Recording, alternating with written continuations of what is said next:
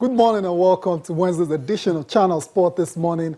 I'm Tayo Salam. Good morning and welcome. I'm Cecilia Omorogbe. Hello, welcome to another engaging edition of Sports This Morning on Channels TV. I'm Austin Okonakpa, and we will go to Khartoum in Sudan. Yes, that country is still giving us reasons to talk about table tennis. Nigeria's Segun Toriola and Edem Offiong, they're still looking for tickets to the 2016 Rio Olympics. They're now in the quarterfinals, and they're staying focused. Definitely is a perfect start for both of them, winning their two matches yesterday. Now talking about what will be happening later this year in Nigeria. Well, the Nigerian Football Federation have announced that they will be hosting the 2016 Africa Beach Soccer Tournament. Good one for Nigeria. Hopefully this helps to develop the sports in the country. From Lagos, Nigeria, we go to Paris, France. Edson Cavani's 78-minute winner has given PSG the advantage in the round of 16 first leg tie against Chelsea. Chelsea manager Gus Hiddink says it's a 50-50 affair, but I'll say it's 51-49. Wow. Yeah, but what's the difference in that? No difference, but right now it's a French advantage. Yes, let's see if it will turn English in the second leg. But good one for Chelsea. To be sincere, I never expected Chelsea to play that way. They could have gone out with the draw. Mentioned that John Mikel Obi scored Exactly, I thought that's where we were going to start from. I mean, a goal. very, very crucial away goal because it's not every time you get to score away from home. And 2-1 is a slim advantage for Paris Saint-Germain. So them coming to Stamford Bridge, but I think Chelsea would definitely just do the business and get into the quarterfinals. It's not that easy, Cecilia. They're going to do that because if you check the way they play, check the bench of PSG. Maybe we'll go into Champions League much later. But if you check the bench, man, it's rich. It's rich. That's what wins games for you. Exactly. So when you look at the bench and you see the quality of stars. You see Bertrand Traore on your bench, and you're seeing Cavani on the other side. Come on. He came in and got the winner. Right. So that right now, that's massive. the difference between Chelsea. But in all, it was expected. Chelsea played on the counter. PSG dominated the game. So we have to say PSG deserved the win. But it's not over at all. Chelsea are still in this one very much. Yeah. And going into the second leg, a lot can still happen. And Mikel will definitely score another goal again for them. It was a good one. He scored his second Champions League goal after 58 games. I was really happy for him because when you have a player who committed like an error, like in the space of 2 minutes, you found an opponent. Of course, he said Lucas Moura, he needed to get the ball or he gets his leg. So he got one of them. And of course, at the end of the day, he had a deflection from Zlatan. So he needed to actually, make amends for that. And he did it wonderfully well. Yes, Cecilia, we'll talk a lot more about Mikel later in the show. Thank you.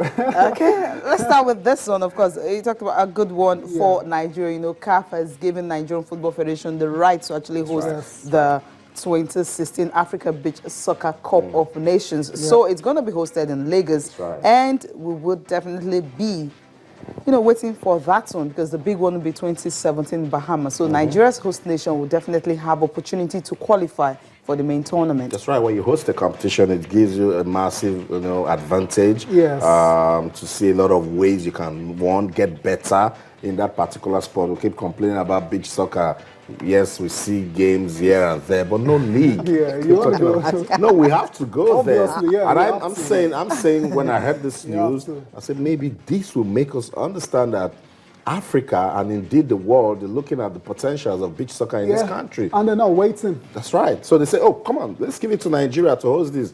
They see what we've been doing with the Copa Lagos. Yes. They like it. They like the razzmatazz. They like the turnout. Very, very important also. But they're not concerned about whether we want to develop it for ourselves.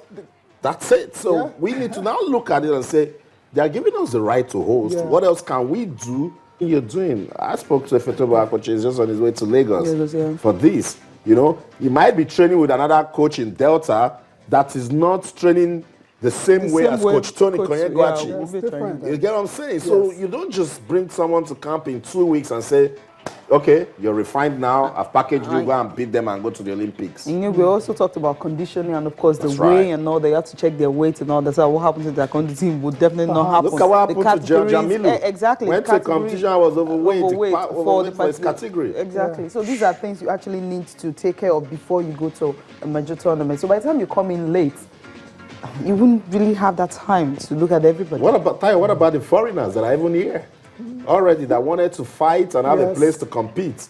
What sort of program did they come to meet? Yeah, it's not a lot to say about this, Austin. It's not good at all.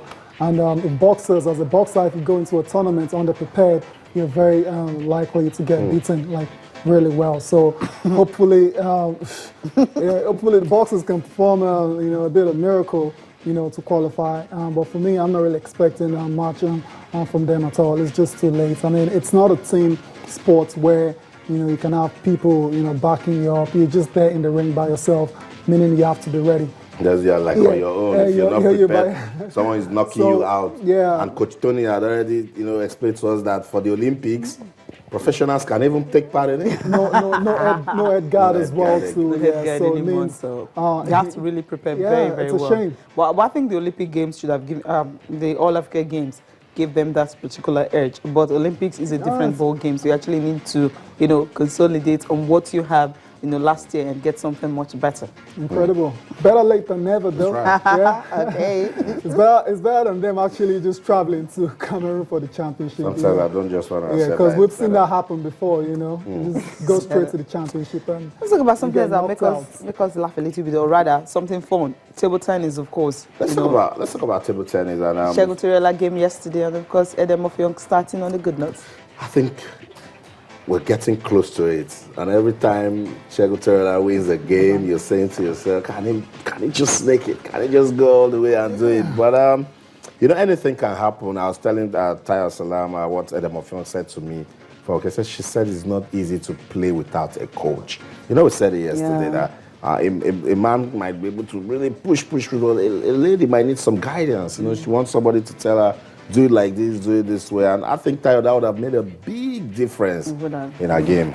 Surely. Yeah, for Segun Toriola, of course, he won his first game, beating Ahmed Hussein 11-12, 11-8, and 11-8. Yeah. And also, the second one was a walk over Emmanuel Boye, and that game did not hold. And for the last one he played, Anthony Uruguay, it was 11-8, 11-8, and 11-5. So for Segun Toriola, his 3 games, he was able to get something really good out of it. So he is in the quarterfinals right now. From there, moving on to the semi-final. Today, the round of 16, he will be playing Mohamed Nadir from Sudan. So this might be a big one.